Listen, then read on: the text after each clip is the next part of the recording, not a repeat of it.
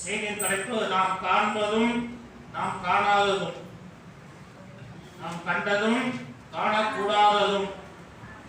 எப்படி வேணாலும் சொல்லலாம். காண்பது காணாதது. இந்த வாரத்தில் காண்பதை பார்க்க போறோம், அடுத்த வாரத்தில் காணாததை பார்க்க போறோம். ரெண்டு தலைப்புல உங்களுக்கு செய்திகள் இருக்கிறது. அதான் டைம் இல்லாதனால நம்ம அந்த வாரத்திலையும் அடுத்த வாரத்திலையும் அதை தொடர்ந்து பார்ப்போம்.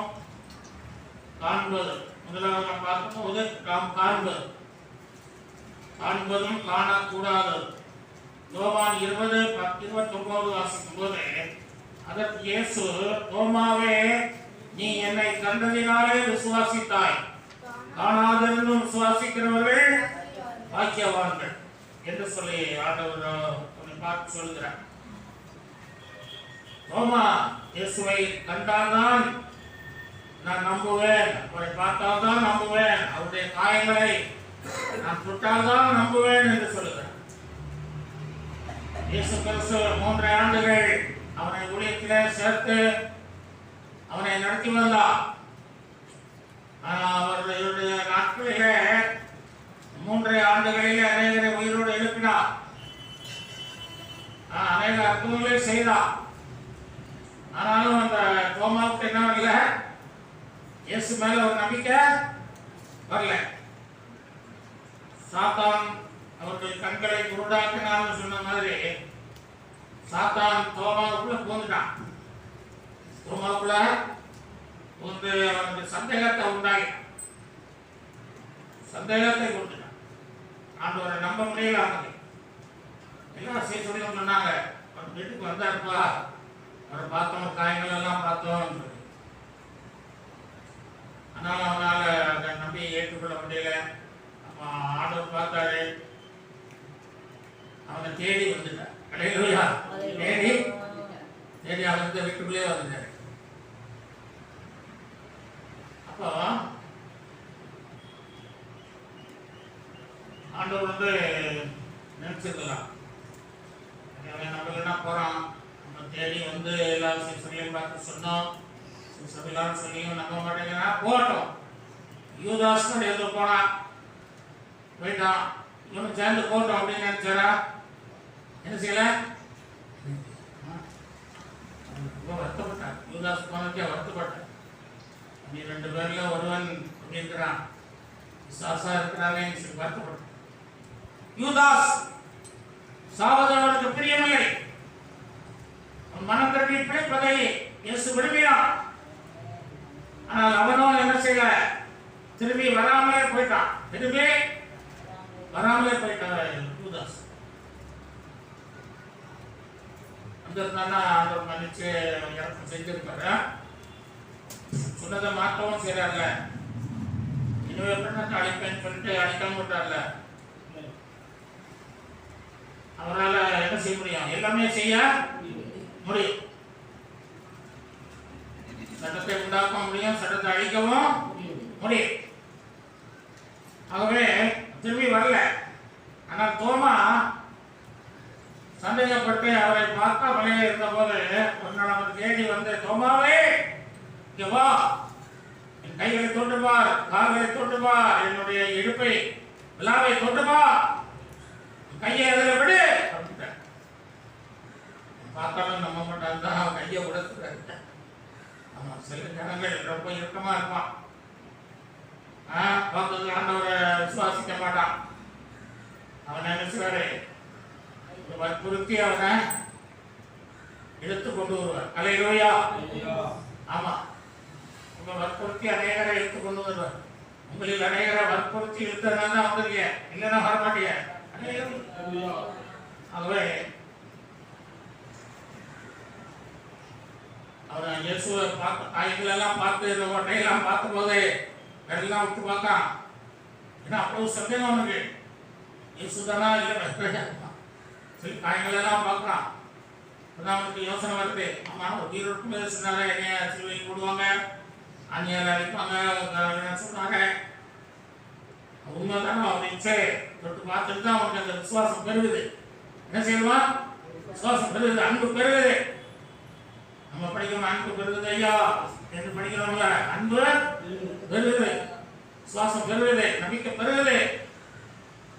உடனே அவன் கட்டி புடிச்சான் ஆண்டவரை. என்ன செய்யறா?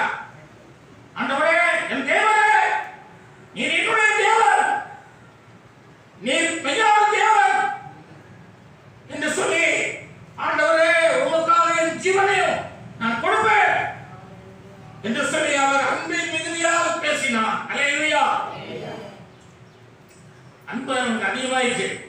ஏன்னா முன்னாடி அவன் காயமில்லாத ஒரு இயேசுவை பார்த்தான், இப்பொழுது காயமற்ற இயேசுவை பார்க்கிறான். எனக்காகவா இவ்வளவு காயங்கள்? எனக்காகவா இவ்வளவு பாடுகள்? எனக்காகவா அந்த சிலுவை ஆணிகள் ஈட்டியை விடாதீராக குத்தினார்களா என்று சொல்லி வைராக்கியம் அடைந்து அவன் என்ன செய்தான்? உம்மை நான் மட்டுமல்ல உலகத்துக்கே அறிவிப்பேன் என்று சொல்லி உலகம் முழுவதுக்கும் புறப்பட்டு வந்தான். அல்லேலூயா. இந்தியாவுக்கு வந்தான், சென்னைக்கு வந்தான், கேரளாவுக்கு வந்தான். ஆண்டவர் அவனுக்கு அதிகமான அன்பு உண்டானதுனாலே அவன் ஜீவனையும் கொடுத்தான். அல்லேலூயா. இல்ல ஆண்டவர் சிலுவையில போடப்படும்போது சீத்தெல்லாம் இல்லை, இல்லை ஓடிட்டாங்க. பேதருக்கு தூரத்திலே அப்படி வந்துட்டு அவனை பிற காணும். யோவான் ஒருத்தன் தான் பக்கத்தில் இருந்தான்னு சொல்லப்பட்டிருக்கு. யாருமே இப்போ நம்ம வீட்டில் தான் ஒரு கஷ்டப்படுறவங்க ஒருத்தன் வந்து நம்ம பெற்றோர் சகோதரி அடிக்கிறான்னு வைங்க, நம்ம என்ன செய்வோம்னு அறுவாள் எடுத்து வைக்கிறோம்னா அது பார்க்க நமக்கு சகிக்காது, பார்க்கறதுக்கு சகிக்காது இல்லையா? இப்போ நம்ம என்ன செய்வோம்? நம்ம ஒதுங்கிடுவோம். அது எப்படி பார்க்கறது அப்படின்னு கொஞ்சம் கஷ்டமாக இருக்கும். அப்படிதான் சீசர்கள் எல்லாம் என்ன நமக்கு 3 வருஷமா சாப்பாடு போட்ட நம்ம ஆளாக்கின ஊழியத்திற்கு அபிஷேகம் பண்ணின இந்த இயேசுவை சிலுவையில் போடுகிறார்களா, காயப்படுத்துகிறார்களா, ஆடிகளால் கடாவுகிறார்களா, ஈட்டியால் குத்துகிறார்களா? அந்த காட்சியை நம்ம பார்க்க கூடாது என்று சொல்லி ஒதுங்கி போயிட்டாங்க. அப்படிதான் ஒதுங்கி இருப்பாங்க நினைக்கிறேன். அல்லேலூயா. அவர்கள் என்பார்கள் அந்த காயப்பட்ட இயேசுவை பார்க்கும்போது எல்லாருக்கும் ரொம்ப ஆச்சரியமா இருந்தது. அதனாலதான் அவர்கள் இந்த காயங்கள் எல்லாம் இயேசுவை 5 காயங்கள் இயேசுவை 5 கண்டங்களுக்கும் அறிவித்தார்கள். அல்லேலூயா. 5 கண்டங்களுக்கும் அறிவித்தார்கள் இயேசுவை. இயேசு சொன்னார் தோமாவை பார்த்து, நீ கண்டதுனாலே என்னை விசுவாசிக்கிறாய், காணாதிருந்தும் என்னை விசுவாசிக்கிறவர்கள். அவன் நம்மளாம் காணல, நம்மளாம் காணாமலே விசுவாசிக்கிறோம். நம்ம தான் பார்க்க சொல்லுவா. ஆகவே ஆண்டவர் நம்மை காண செய்வார். நம் காணாத ஒரு நாளிலே காண்போம். அல்லேலூயா. காணாத இயேசுவை காண்போம். அல்லேலூயா. நாம் விசுவாசிக்கிற இயேசுவை காண்போம், நாம் ஆராதிக்கிற இயேசுவை காண்போம், நாம் நம்புகிற இயேசுவை காண்போம், நம்மை ரட்சித்த தேவனை பார்ப்போம். ஏசாயா 33:17 நாம் முதலாவதாக பார்க்கிறோம், நம் கண்களால் இயேசு ராஜாவை காண்போம். 33:17 உன் கண்கள் ராஜாவை மகிமை பொருந்தினவராய் காணும், தூரத்தில் உள்ள தேசத்தையும் உன் கண்கள் ராஜாவை மகிமை பொருந்தினவராய் காணும். நம்ம இயேசு ராஜாவை குழந்தையா இருக்கிற மாதிரி அல்ல, வாலிபனா இருக்கிற மாதிரி அல்ல, சிலுவையிலே தொங்குகிற மாதிரி அல்ல, உயிர் திறந்த மாதிரி அல்ல. ராஜா மகிமை பொருந்தின ராஜா. அல்லேலூயா. மகிமை பொருந்தினவராக, மேன்மை பொருந்தினவராக, கனமற்றவராக, ராஜாவாக வரும்போது நீங்கள் அவரை காண்பீர்கள். அல்லேலூயா. அன்று மாத்திரமல்ல, இன்னொன்று கண்டுபிடிக்கிறார், ஒரு தூரத்தில் உள்ள தேசத்தையும் பார்க்கும். கண்கள் என்ன செய்யுமா? இயேசு ராஜாவையும் பார்ப்போம், தூரத்தில் உள்ள தேசத்தையும் பார்ப்போம். அல்லேலூயா. ஆமா, இந்த இயேசு ராஜாவை நம்ம பார்க்கும்போது நம்மை அழைத்து செல்கிறார் அந்த தூரத்தில் இருக்கிற தேசத்துக்கு. அல்லேலூயா. அதுதான் பரலோக ராஜ்யம். அதற்கு நம்மை அழைத்து செல்வார். அல்லேலூயா. ஆமா, முக்கியவானத்திலே நாம் அவரை சந்திக்கிறோம். அப்புறம் மேகங்களுக்கு மேலே நாம் எடுத்துக் கொள்ளப்பட்டு அனாதி வானங்களை கடந்து அந்த பரலோக ராஜ்யத்திலே அந்த தேசத்தை பார்க்க போகிறோம். அல்லேலூயா. அதற்கு சில நிபந்தனைகள் உண்டு. சும்மா பார்க்க முடியாது, அப்படி ராஜ்யத்தையும் நம்ம போய் பார்க்க முடியாது. அது நிபந்தனைகள் உண்டு. 15ஆம் வசனம் வாசியங்கள் 33 33:15. நீதியாய் நடந்து 6 காரியங்கள் சொல்றார். 6 காரியங்கள் சொல்லுகிறார். 6ஆம் நாளிலே மனிதனை ஆண்டவர் சிருஷ்டித்தார். 6ஆம் நாளிலே சிருஷ்டிக்கப்பட்ட மனிதனுக்கு 6 கட்டளைகள் கொடுக்கிறார். முதலாவது நீதியாய் நடக்கணும், இரண்டாவது செம்மையாக பேசணும், மூணாவது இடுக்கம் செய்வதாக இருக்கணும், நாலாவது கைகளை உதறணும், ஐந்தாவது ரத்தம் சிந்துக்கான யோசனைகளுக்கு செவி அடைக்கணும், ஆறாவது பொல்லாப்பை காணாதபடி. இந்த 6 காரியங்களும் செய்து என்ன செய்ய சொல்றாரு? 6 காரியங்களை செய்யணும்னா ஆண்டவரை பார்க்க முடியும். நீதியாய் நடக்கணும். நோவா நீதிமானாய் நடந்தான்னு சொல்லி நம்ம அன்னைக்கு பார்த்தோம் இல்லையா? அதனாலே அவனை ஆண்டவர் கைவிடாமல் நடத்தினார் சொல்லி. நோவா நீதிமானாய் நடந்தான். அப்படின்னா நீதியாய் நடக்கிறது நீதிமான். எசேக்கியேல் 14ஆம் அதிகாரம் 14ஆம் வசனம் வாசிங்க. 3 நீதிமான்களை குறித்து சொல்லப்படுது. அப்பொழுது கர்த்தர் என்னை நோக்கி, நோவா, தானியேல், யோபு 3 புருஷரும், நோவா, தானியேல், யோபு போன்ற 3 புருஷரும் நடுவே இருந்தாலும் அவர்கள் தங்கள் நீதினால் தங்கள் ஆத்துமாக்களை மாத்திரம் தப்புவிப்பார்கள் என்று ஆண்டவர் சொல்லுகிறார். இல்லையா? நோவா, தானியேல், யோபு 3 நீதிமான்களை கொண்டு வருகிறார் ஆண்டவர். நியாய தீர்ப்பு நாளிலே இந்த 3 நீதிமான்களும் இருப்பார்கள். அவர்கள் நியாய தீர்ப்புக்கு தப்புவார்கள். ஆனால் அவர்கள் பெயரையே சொல்லி, இன்னைக்கு தகப்பன் கிறிஸ்தவனா இருந்தால், தாய் கிறிஸ்தவனா இருந்தால், ஜெபிக்கிறவளா இருந்தால், தகப்பன் ஜெபிக்கிறவர் நீதிமான், நம்ம ஒரு நல்ல ஜெபிக்கிற தாய் என்று சொல்லி கொண்டு இருப்பதனாலே நீ நீ பரலோகத்துக்கு வர முடியாது. நீ நித்திய நியாய தீர்ப்பை நீ என்ன சொல்ல, நீ சந்திக்க வேண்டியது இருக்கும். நீ அப்படி சொல்லிக் கொண்டு இருக்காமல் யோபு, தானியேல், நோவா இவர்கள் தங்கள் நீதினாலே அவர்கள் தான் தப்பப்படுவார்கள். அவர்கள் குமாரரும் தப்ப முடியாது, அப்படி குமாரத்திகளும் தப்ப முடியாது என்று வேதம் சொல்லுகிறது. அல்லேலூயா. அதனால அவங்க நீதினால் அவங்க தான் தப்புவாங்களே ஒழிய நீங்க தப்ப முடியாதுன்னு சொல்றாங்க. மற்றவங்க அவங்க குடும்பத்தார் கூட அவங்க அப்பா நல்லா சொன்னார், பருவத்தில் விட்டுருவோம், அது எடுத்துக்கிடுவோம் அப்படின்னு ஆண்டு நிற்கிறது இல்லை, அப்படி இறக்கப்படுறது இல்லையா? நீதி இருக்கிறான்னு வாங்க. என்ன இருக்கு? நீதி இருக்கா? யோபு கிட்ட இருந்த நீதி இருக்கா? தானியேல் இருந்த நீதி இருக்கா? நோவா கிட்ட இருந்த நீதிமான்கிட்ட இருக்குதா என்று உன்னை நிறுத்து பார்த்துதான் அவர் பரலோகத்துக்கு கொண்டு போகிறார். அல்லேலூயா. ராஜாவை மகிமை பொருந்தினவராய் காண்பதற்கு நீதியாய் வாழ வேண்டும். நோவா 3 பேர் நீதியாக சொல்லி, அப்புறம் 2வது செம்மையானவர்களை பேசணும், செம்மையா பேசணும். நல்ல வார்த்தைகள் இருந்தால் பேசுங்க அப்படின்னு பைபிள்ல சொல்லப்பட்டிருக்கு. நல்ல வார்த்தைகளிலே பேசணும். இந்த குடும்பத்துல பாத்தீங்கன்னா பிள்ளைகள் இடத்துல நம்ம ஞானமா பேசணும். குடும்பத்தின் பிள்ளைகள் இடத்துல அந்த பக்கத்து பிள்ளை அந்த பொண்ணு அவருடைய வீட்டா மோசமா அப்படின்னு சொல்லக்கூடாது. நடந்திருக்கலாம், அதை நீங்க சுட்டி காட்ட வேண்டிய அவசியம் உங்கள் பிள்ளைகளுக்கு சொல்ல வேண்டிய அவசியம் இல்லை. பிள்ளைகள் கட்டுப்போகிறீர்கள் காரணமாக இருக்கக்கூடாது. பிள்ளைகளுக்கு அதை நீங்கள் போதிப்பதாக அல்ல, நீங்கள் வேத வசனத்தை தான் போதிக்க வேண்டும். அல்லேலூயா. மனிதன் தேவனுடைய வார்த்தையினாலே பிழைப்பான். பிள்ளைகளுக்கு வசனத்தை சொல்ல சொல்ல சொல்ல பிள்ளைகள் பிழைத்திருக்கும். பிள்ளைகளுக்கு வசனத்தை சொல்லிட்டே இருந்தீங்கன்னா வியாதி வராது, வேதனை வராது, ஞானம் வரும், அறிவு வரும், புத்தி வரும், வருங்காலங்கள் ஆசீர்வாதமாக இருக்கும். சொல்லுவோம் போராட்டத்தில் சொன்னேன். என்ன சொன்னேன்? நான் பிள்ளைகளுக்கு செல்லம் கொடுப்போம். பொம்பளை பிள்ளைகளுக்கு செல்லம் கொடுக்க கூடாது, ஆம்பளை பிள்ளைகளுக்கு பணத்தை கொடுக்க கூடாதுன்னு சொல்லு. இந்த ரெண்டையும் நீங்க கட் பண்ணாலே சரியா வந்துடும். அல்லேலூயா, சரியா வரும். பிள்ளைகள் நல்ல பிள்ளைகளாக வருவாங்க.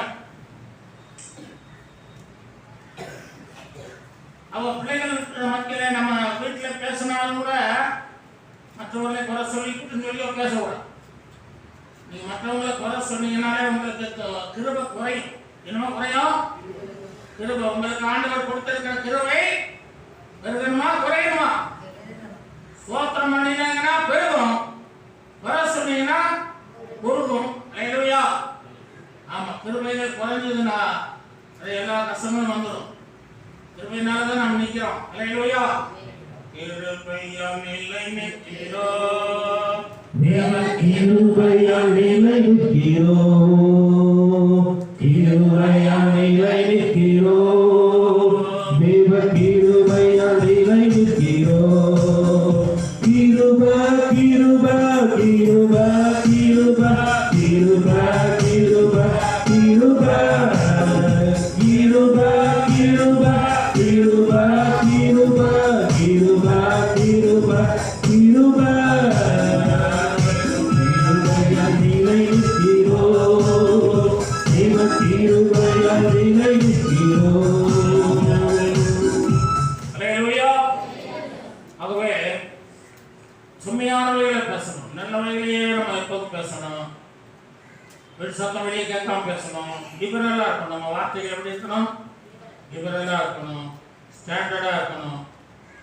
கூட்டி குறைச்சி எல்லாம் பேசி நம்ம தேவனுக்கு பிரியமானவைகளை மாத்திரம் பேசணும். சுமையானவைகளை பேசணும். அல்லேலூயா, பேசணும். அப்போதான் நம்ம ஆண்டவரை மகிமைப்படுகிற ராஜாவை நம்முடைய கண்களை காணும். அல்லேலூயா.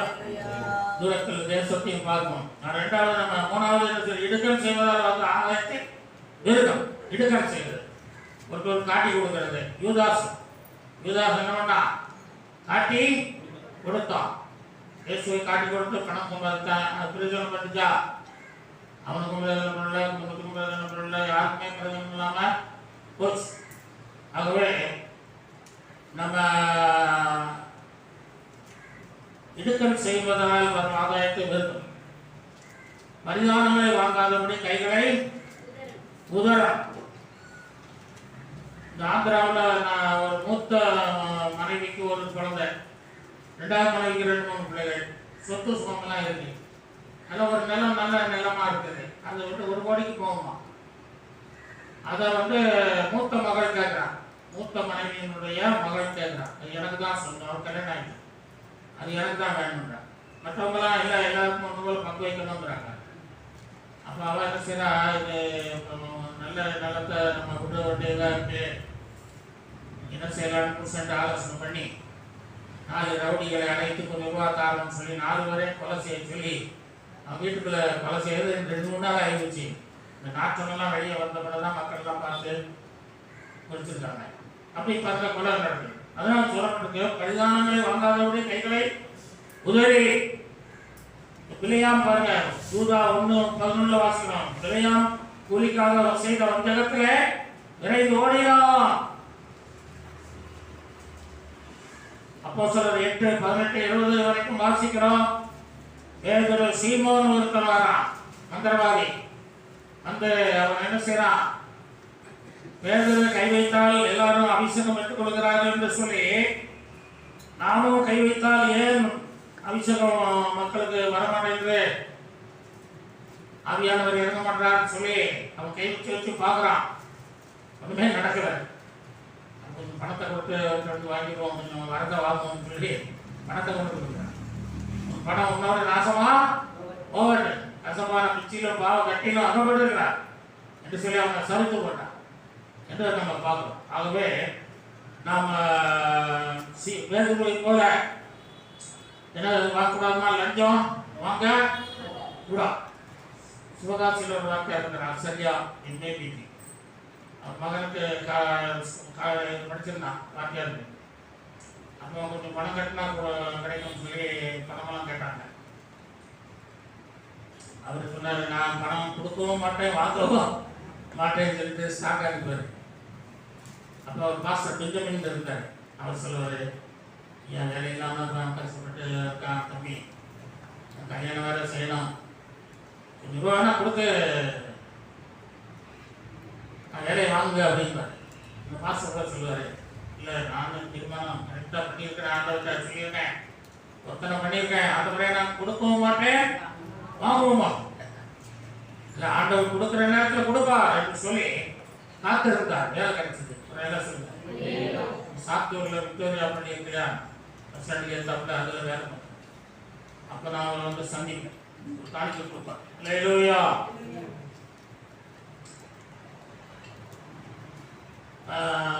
ரத்தம் சிந்துவதற்கான யோசனைகளை கேளாதபடி செவியை அடைத்து, இந்த நாபால் என்ற ஒருவன் இருக்கான் பார்த்தீங்களா, அவன் தாவீதுக்கு விரோதமாக எழுப்பின போது தாவீது அவனை அழித்து விட கொன்றுவிட புறப்பட்டு வருகிறான். அவன் மனைவி நாபால் அதை கேள்விப்பட்டு என்ன செய்றா, புறப்பட்டு போய் தாவீது அவங்க ஜனங்களையெல்லாம் சந்திச்சிடறான். வழியிலே சந்திச்சு, அவன் பேர் கேட்டபடிதான் அவன் இருக்கான், அவன் ஒரு மோசமானவன் தான், அவனை கணக்கில் வச்சு நீங்கள் காரியம் செய்யாதீங்க, அவனை மன்னிச்சு விடுங்க, ஆண்டவர் உங்களை ஆசீர்வதிப்பார், நீங்கள் பெரிய ராஜாவாக வருவீங்க அப்படிலாம் சொல்லி அவனை புகழ்ந்து பேசுவான்.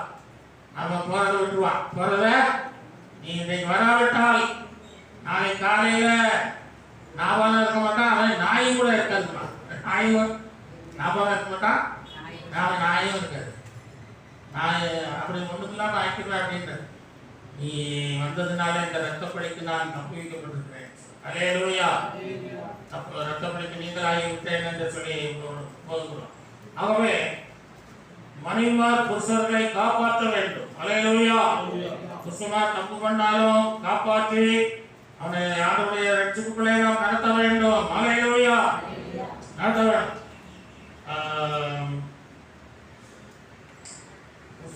மனைவி தான் புருஷனை காப்பாற்றுறது. இந்த 2 வீலரில் போனால் கூட மனைவி மாதிரி என்ன செய்யறாங்கன்னா, புருஷனை வயிற்றோட புருஷன் இப்படி வச்சுருக்காங்க. ஏன் புருஷன் கீழே விழுந்துடக்கூடாது, நான் வந்தாலும் பரவாயில்ல, என் புருஷன் வந்துடக்கூடாது, அவ்வளவு பத்திரமா புருஷனை பாதுகாப்பு. ஆகவே ஆண்டு உங்களை ஆசீர்வதிப்பார். எல்லாம் போய் காணாதபடி கண்களை மூடுகிறோம். தாவீதை கனந்தனம் நினைச்சார். போதிபார் மனைவி நித்தம் கண் போட்டாலாம். ஆனாலும் கூட அவன் என்ன செய்யல, கண்ணை மூடிட்டான். என்னமா செய்தான், கண்ணை மூடிக்கொண்டே அவன் வீட்டு வேலைகளை செய்து அவன் தப்பித்து கடைசியில் பிரச்சனை பெருசாகும் போது ஓடினான் அரண் சிறைச்சாலைக்கே ஓடினான். அவனே ஓடிட்டான். இவங்க பிடிச்சி போடலாம் வேண்டியது இல்லை, நானே போயிட்டேன். அல்லேலூயா. மலையில ஒரு பிள்ளை வந்தான்.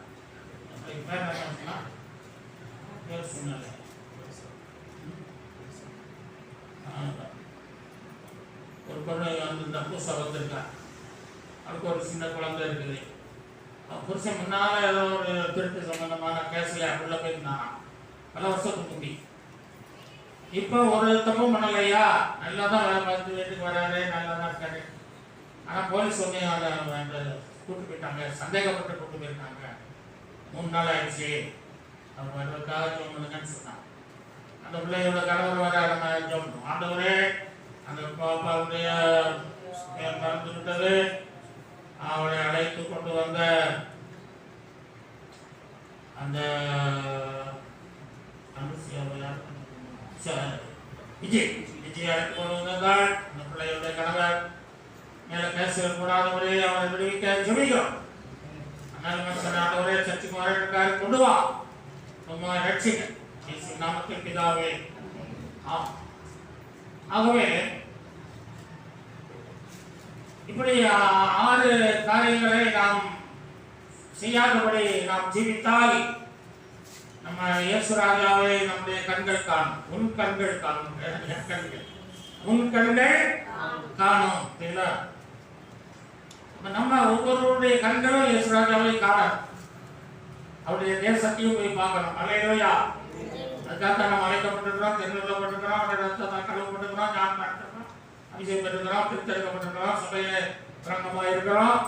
அவை நாம் நிச்சயமாக இயேசுவை காணவே செய்ய வேண்டும். ஹல்லேலூயா. ஆமா. இன்ப இயேசு ராஜாவை நான் பார்த்தால் போதும், மகிமையில் அவரோடு நான் வாழ்ந்தால் போதும். இன்ப இயேசு ராஜாவை நான் பார்த்தால் போதும், மகிமையில் அவரோடு நான் வாழ்ந்தால் போதும். நித்தியமா மோட்ச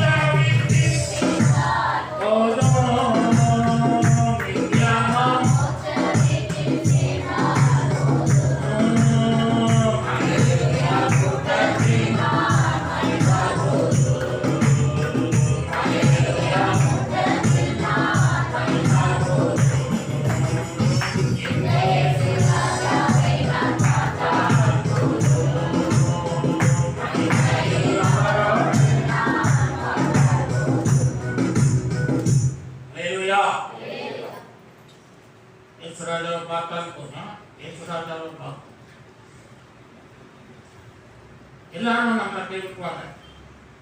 இயேசுதான் நம்மோட கூட இருக்கும். ஹல்லேலூயா. யாரும் கைவிட்டுறாங்க.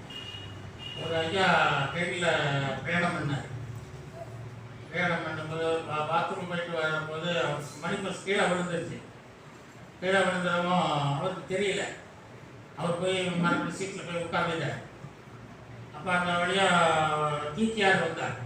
அந்த போது ஒருத்தர் எடுத்து ஐயா இந்த மணிப்பஸ் கீழே கிடந்ததுயா அப்படின்னு சொன்னாங்க. அதை அவர் திறந்து பார்த்தபோது அவர் இயேசுநாதர் படம் இருந்துச்சு. என்ன இருந்தது? இயேசுநாதர் படம். அதை பார்த்துட்டு அவர் இது யாருடையதுன்னு கேட்டார். இந்த ஃபேக்ஸ் யாருடையதுன்னு சொல்லி. ஆனால் யாருமே என்னுடையதுன்னு சொல்லுது. அப்படி ஒவ்வொரு சனா கட்டு உள்ள முன்னாடி அந்த ஒரு தாத்தா இருக்கிறாரு. தடவுல மணிபாசா எப்படி வச்சு தடவுல தான் இல்லை. ஐயா என்னுடையதான், ஐயா என்னுடையதான். சரி உம்முடையதான் நான் சொல்றதுக்கு என்ன ஆதாரம் இருக்கிறது என்று கேட்டார். ஐயா இயேசுநாதர் படம் இருக்கும் ஐயா. வேற ஒன்றும் இல்லை. அதில் என்ன இருக்கு? படம் ஒன்று தான் இருக்கு. அப்பா அதை எடுத்து பார்த்துட்டு சரி நீங்க ஏன் இந்த படத்தை மட்டும் வச்சிருக்கிறீர்கள்? உங்க படத்தை வைக்கலாம், உங்க பிள்ளைகள் படத்தை வைக்கலாம், மனைவி படத்தை வைக்கலாம், உங்க தெய்வ படத்தெல்லாம் வைக்கலாம். இயேசுநாதர் படத்தை வச்சிருக்கிறார். இயேசுநாதர் உங்களுடைய இல்லையா? என் மனைவி போட்டோவை முதல்ல வச்சு அவன் நல்ல அழகா இருப்பா, அவள் படத்தை வச்சிருக்கேன். அப்புறம் அவள் செத்து போயிட்டா, அந்த படத்தை எடுத்துட்டு என் பிள்ளைகள் படத்தை வச்சிருந்தேன். என் மகா ஒரு நண்பா இருப்பா, அவள் படத்தை வச்சிருந்தேன். அவனும் கல்யாணம் ஆன பிறகு கண்டுக்கிடல. அதனால அந்த படத்தை எடுத்துட்டு சாமி படத்தெல்லாம் வச்சிருந்தேன். சாமிகளாவது என்னை நேசிக்கும் சொல்லிட்டு. அப்போ ரொம்ப கவலையோட இருக்கும்போது ஒரு நாள் ஒரு ஐயா அவங்க என்னோட பேசினாரு. ஏன் கவலையா இருக்கிறேன், ஏன் துக்கமா இருக்கிறேன்னு கேட்டாரு. நான் சொன்னேன் யாரும் என்னை கைவிட்டாங்கன்னு சொல்லி. ஏன் சாமி நம்புமையா? இயேசுநாதர் கைவிட மாட்டார், விடாத தெய்வம் இயேசுதான் என்று சொன்னாராம். சொல்லி அது வந்து இயேசுநாதர் நம்பிக்கை வச்சிருக்கேன். வச்சு ஒரு இயேசுநாதர் போட்டோ வைக்க இப்போ மறுபடியும் வந்துருக்கேன். அப்போ அந்த கட்டை கேட்க சொல்றேன். ஐயா இந்த இயேசுநாதர் படத்தை நான் ஏன் வச்சிருக்கேன்னா இதுதான் காரணம். அவர் தான் என்னை கைவிடாமல் நடத்துவார்னு சொன்னாரு. இது வரைக்கும் நடத்திட்டு வராரு, எங்கேயும் நடத்துவார். ஹல்லேலூயா என்று சொல்லி எல்லாரும் கைவிட்டாங்க. அப்போ நம்ம இப்படி நம்ம உண்மையா ஜீவிக்கும் போது அவன் உயர்ந்த இடங்களில் வாசம் பண்ணுவான். நீங்க உயர்ந்த இடத்துக்கு கொண்டு வர யோசேப்பை கொண்டு விட்டாரு. பொருளாதாரத்தை காணாதவருடைய கண்ணை மூடனா பார்த்தீங்களா? அரண்மனையில கொண்டு போய் கண்ணை திறந்து விட்டார். ஹல்லேலூயா. தேசம் முழுவதையும் பார் என்று சொல்லி நம்ம தூரத்தில் உள்ள தேசத்தை பார்க்குற மாதிரி எகிப்து தேசம் முழுவதும் பார்க்க முடிய செய்தார். கர்த்தர் உயர்த்துகிற தேவன். ஹல்லேலூயா. கண்மலையின் அரண்கள் உயர்ந்த அடைக்கலமாகும். நோவாவின் பேழை அரராத்தினும் உயர்ந்த கண்மலையின் மேலே அடைக்கலம் கிடைத்தது. ஹல்லேலூயா. நோவா பேழை அலசடிப்பட்டு அங்கிட்டு கட்டுமா மலையில மோதி நொறுங்கி உடைஞ்சி ஒண்ணும் இல்லாம போறதுக்கு இருந்தது. ஆனா தேவன் அந்த மலையை என்ன சொல்ற தங்குபடி செய்தார். அல்லேலூயா. மலையிலே பேழை தங்குவதற்கு ஒரு அடைக்கலம் கொடுத்தார். அல்லேலூயா. அவன் அப்பம் அவனுக்கு கொடுக்கப்படும் தண்ணீர் அவன் நிச்சயமாய் யாருக்குமா கொடுத்தார்? அப்பமும் தண்ணியும் எலியாவுக்கு கொடுத்தார். அல்லேலூயா. அப்பமும் தண்ணீரும் கொடுக்கிற தேவன் நம்முடைய தேவன். அல்லேலூயா. அவர் எலியாவுக்கு மாத்திரமல்ல, நான் அவருடைய பிள்ளைகளாகிய நம் அனைவருக்குமே எந்த குறைவும் இல்லாமல் தண்ணீரும் அப்பமும் தந்து நம்மை தவிக்க விடாமல் நடத்துவார். அல்லேலூயா. இரண்டாவது நம்ம கடந்து சொல்வோம், நம்முடைய கண்கள் பலன்களை காணும். பிரசங்கி 11:1 வாசிக்கிறோம். 11:1 உன் ஆகாரத்தை தண்ணீர் மேல் போட அநேக நாட்களுக்கு பின்பு பலனை. தண்ணீர்னா ஜனங்கள், உலகமாகிய ஜனங்கள் மேல் என்ன செய்ய ஆகாரத்தை? ஆகாரம் என்றால் தேவனுடைய வார்த்தை. தேவனுடைய வார்த்தையை போடுங்க. அது அநேக நாட்கள் காலங்கள் சமயங்கள் கடந்தாலும் என்ன செய்யும்? பலன் தரும். அல்லேலூயா. ஒரு விதையை வச்சீங்கன்னா என்ன செய்யுது? அது வளர்ந்து பலன் தருதுல. தருதா தராம போதா?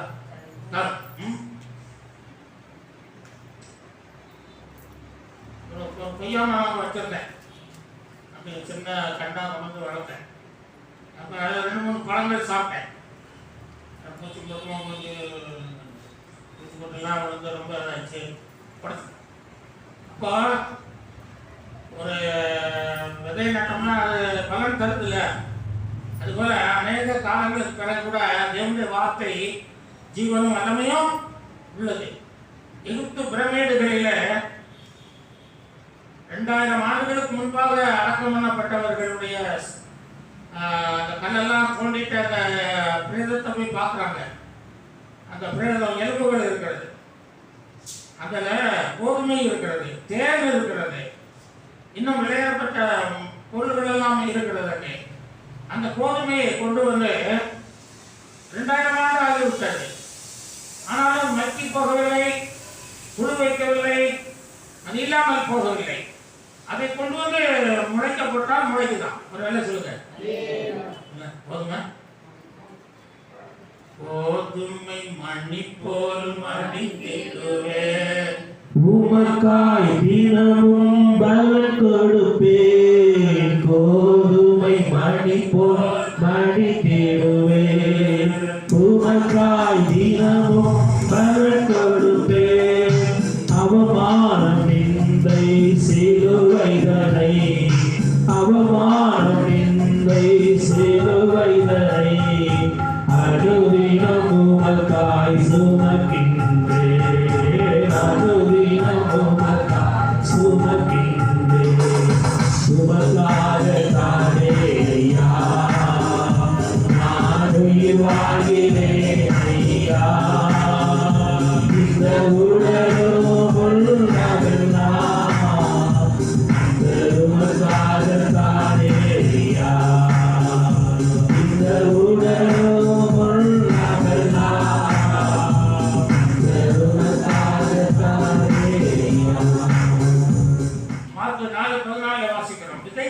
வசனத்தை விதைக்கிறான் என்று சொல்லப்படுகிறது.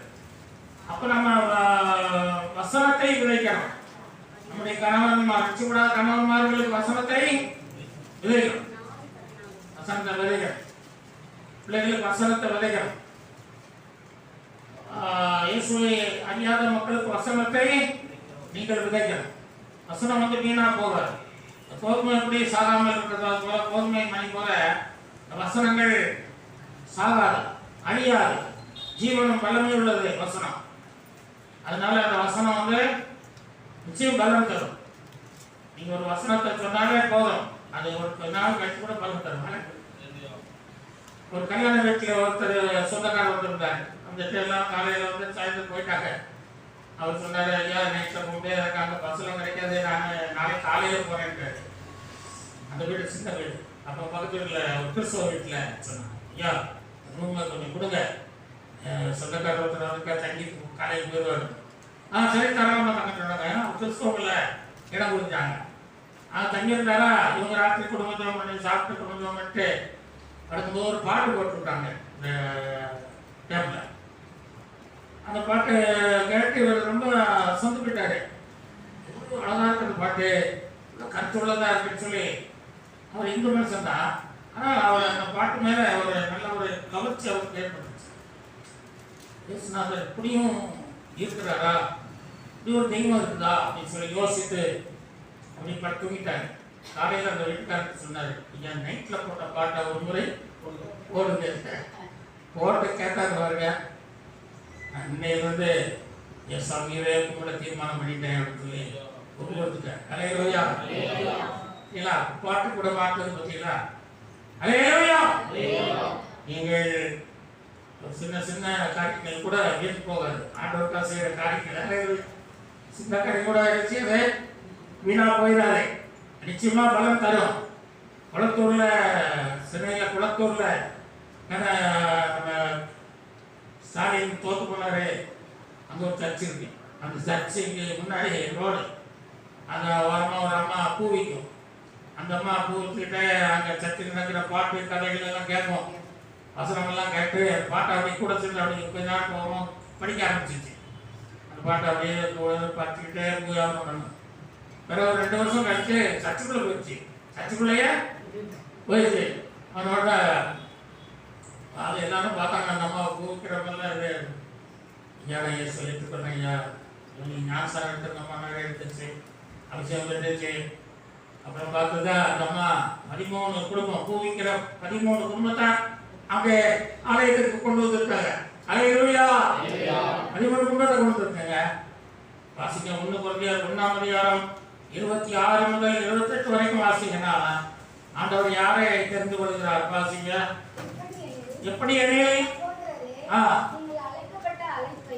அழைப்பை பாருங்கள். ஞானிகள் இல்லை, நம்ம ஞானி இல்ல, வல்லவன் இல்ல, நம்ம படிக்காத ஒரு அம்மா தான். பாருங்க, அந்த அம்மா 13 குடும்பங்களை கற்றுக்கொண்டு நடத்தி அந்த அம்மா குடும்பத்தையும் கொண்டு வந்து சாட்சியாக வாழ்றாங்க. அவன் வாசி. ஞானிகளை வெட்கப்படுவதோடு உலகத்தில் பார்த்தீங்களா பைத்தியமான ஒரு அம்மாவை தெரிஞ்சிருக்காங்க. அல்லேலூயா. நீங்களும் நானும் பைத்தியமானவர்கள் தான். இந்த உலகம் நம்மை பைத்தியம் என்று சொல்லுகிறது.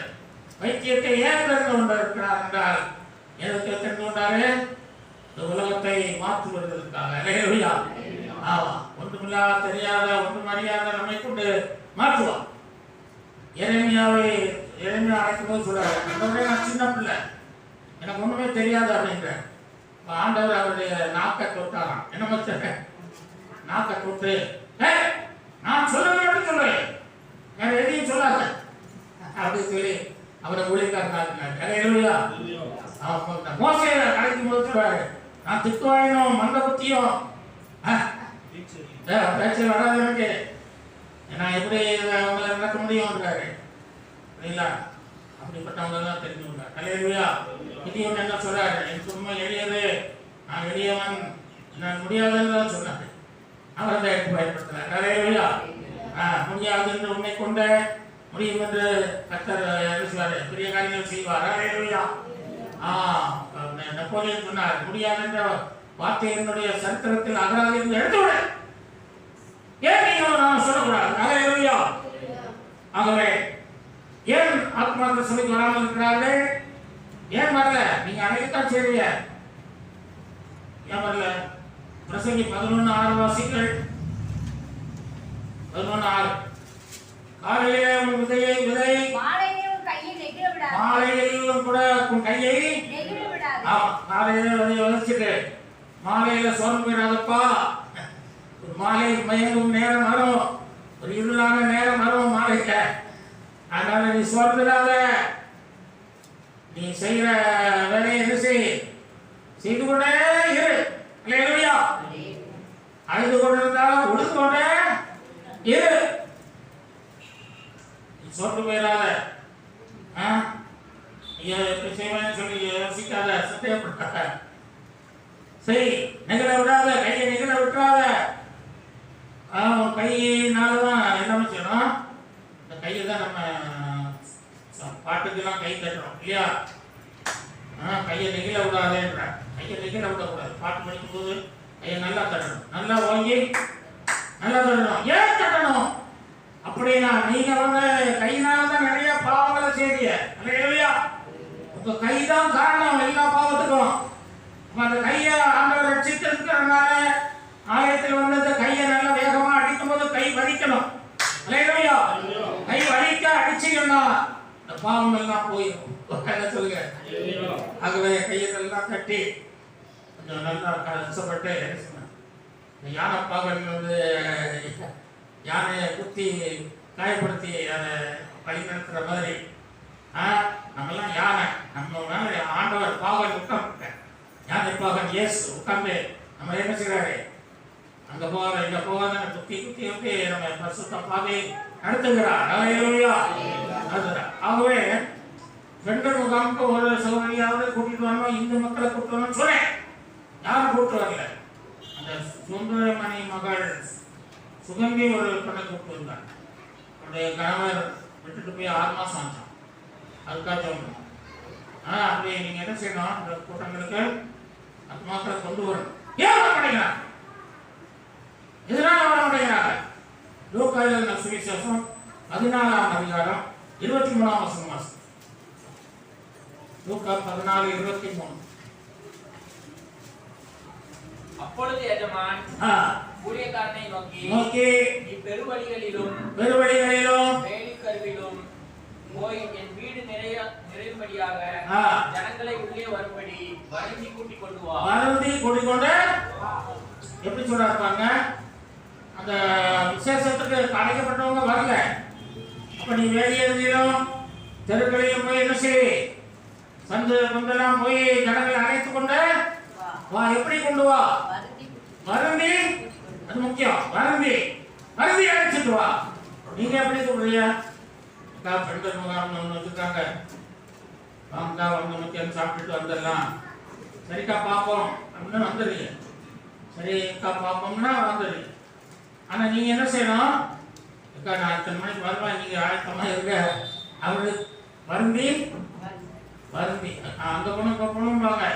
ஒரு நாளைக்கு நீங்க ரெஸ்ட் எடுத்து வாங்க, லீவ் போட்டு வாங்கக்கா, எப்படி இருக்குன்னு பாருங்கக்கா. அவன் நித்திரையா வந்து என்ன சொன்னான், பேதுருட்ட போய் நீ வந்து பா மேசியாவை கண்டு. அது எப்படிப்பா கண்ட நீ அப்படின்னு சொல்லி கேட்கும்போது நீ வந்து பாருங்க, வருந்தி கூட்டிக் கொண்டு வரணும். அல்லேலூயா. கூட்டிக் கொண்டு வந்தீங்கன்னா ஆத்மா சபையில என்ன செய்யும்? நிலைத்திருக்கும். நீங்க வருத்தப்படாம கூப்பிட்டுருந்தீங்கன்னா வருத்தத்தை கூட்டணும், வருந்தணும். இவங்க அங்கிருந்து வீடு கொஞ்சம் தூரமா கூட இருக்கும், அது அடக்கமா போகணும். எதுக்கு அவளா வந்தா வரா போகலாம். ஜெபிக்கிறதும் அப்படிதான். ஜெபிக்கிறதும் உங்களுக்கு ஏன் ஜெபம் கேட்கப்படவில்லை? லூக்கா 11ஆம் அதிகாரம் 8ஆம் வசனத்தை வாசி. பின்பு தனக்கு அவன் சேகமே இருக்கணும், எழுந்து அவனுக்கு செய்யப்படாவிட்டாலும்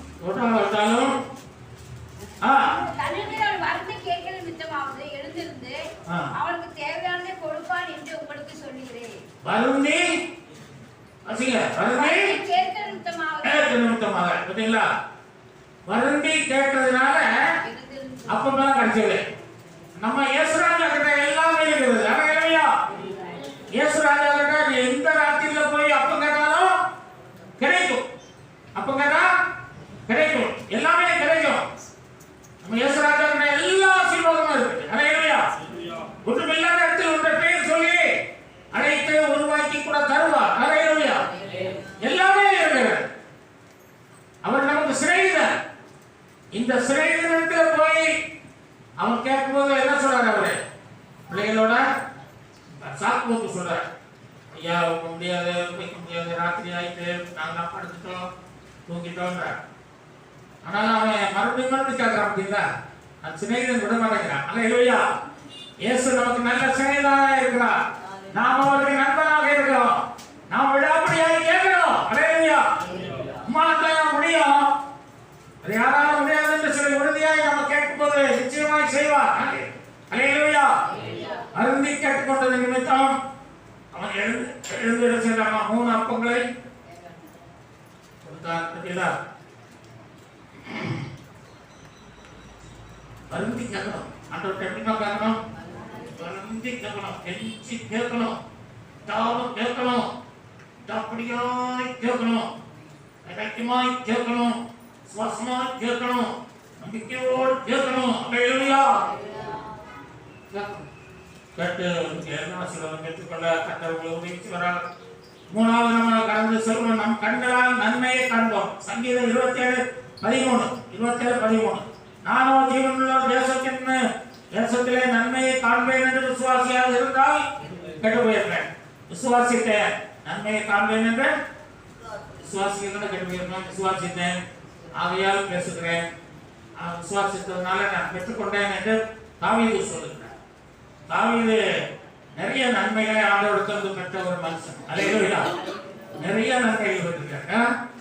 தாவீது பெற்ற நன்மைகள் கொடாகொடி நன்மைகள். அல்லேலூயா. கொடாகொடி நன்மைகள் தாவீது பெற்றிருக்கிறார். அவரை பற்றி ஒரு என்ன சொல்லிங்க.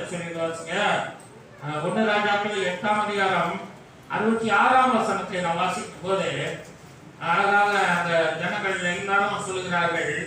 என்ன சொல்லுகிறார்கள்? 8ஆம் நாளிலே விடை கொடுத்து அனுப்பினார். ராஜாவை வாழ்த்தி தாசனாகிய தாவீதுக்கும் ஜனமாகிய இஸ்ரவேலுக்கும் செய்த எல்லா நன்மைக்காகவும் சந்தோஷப்பட்டு மனமகிழ்ச்சியோடு தங்கள் ஊழல்களுக்கு போய்விட்டார்கள். சரிங்களா? சாலமோன் ராஜாவாயிட்டாரு, தாவீது ராஜாவான்னு சொல்ல முடியாது. காட்டிலே அழைக்கிறாரு. தாவீது ராஜாவுக்குனாரு. 40 வருஷம் ஆகும். அது செத்து போயிடாமே சொல்லிட்டாங்க. சவுல் இன்னைக்கு நாளைக்குள்ள கதையை முடிச்சு பண்ணிட்டான். ஆனால் பாருங்க, 40 வருஷம் ஆட்சி பண்ண. எத்தனை வருஷம்? இன்னைக்கு செத்துருவான், நாளைக்கு செத்துருவான்னு சொல்றவங்க எத்தனை நாள் ஆட்சி பண்றாரு? 40 வருஷம் ஆட்சி பண்ணார். அதுக்கப்புறம் மகன் ஆட்சி பண்றதுலையும் கூட இருக்கிறார். மகன் சாலமோன் ஆட்சி செய்கிறார். சாலமோன் தேவாலயத்தை 7 வருஷமா கட்டினான். கட்டி முடிச்சு பிரதிஷ்டம் பண்ணி எல்லாரையும் ஆசீர்வதித்து அனுப்பின போது ஜனங்கள் எல்லாம் சொன்னாங்க, தாவீதுக்கும் என்ன செய்தார் ஆண்டவர்? குடும்பத்தாருக்கும் நன்மை செய்தார். நன்மை காண்பேன் என்று சொன்ன தாவீதுக்கு நன்மை கிடைச்சதா? கிடைக்கலையா? கிடைச்சது. அல்லேலூயா. நன்மையை காண செய்தார்.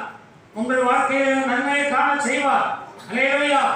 நன்மையை காண்பீர்கள். யாக்கோபு சொல்லுகிறார், அதிகாரம் 32:9-10 நன்மை செய்வேன் உனக்கு, தகப்பன் வீட்டுக்கு போய் என்று சொன்ன கர்த்தாவே, நான் ஒரு கோலம் தெரியுமாய் போனேன். இப்பொழுது 2 பெரிய பரிவாரங்கள் உள்ள நன்மைகளை இது எனக்கு செய்திருக்கிறேன் என்று சொன்னார். அல்லேலூயா. பாத்தீங்களா? யாக்கோபு சொன்னார், அவனுக்கு நன்மை செய்வேன், நீ என்ன செய். புறப்பட்டு போனாரு, நன்மை செய்தார். புறப்பட்டு நீ தாப்பன் வீட்டுக்கு போகிறாரு. முதல் மாமி வீட்டுக்கு போகிறாரு. அப்புறம் எங்க போக சொல்றாரு? தாப்பன் வீட்டுக்கு போ. அப்ப நன்மை செய்தார். அங்க மாமன் வீட்டுக்கு போனாலும் நன்மை, நிறைய நன்மை கிடைச்சது. இங்கேயும் கர்த்தர் சொன்னதை மாத்தினாரா? தனி மனிதனாய் போனார், மாத்தினாரா? அல்லேலூயா. கர்த்தர் ஒரு காலம் பொய் சொல்கிற தேவன் அல்ல, மனமாறுகிற தேவன் அல்ல, சொன்னதை மாற்றுகிறவர் அல்ல, சொன்னபடியே செய்வார். அல்லேலூயா. நிச்சயமா செய்வார். நிச்சயமா செய்வார். அவர் கட்டாயமாக செய்து முடிப்பார். ஆகவே நாம் கலக்க வேண்டிய அவசியம் இல்லை. அப்போ 1:17 சொல்லப்பட்டிருக்குது, நன்மையான எந்த ஈவும் ஒருமான எந்த வருங்கள் ஜோதியின் பிதாவிலிருந்து இறங்கி வருகிறது. கர்த்தர் அவன் செய்தி மூலம் ஆசீர்வதிப்பாராக.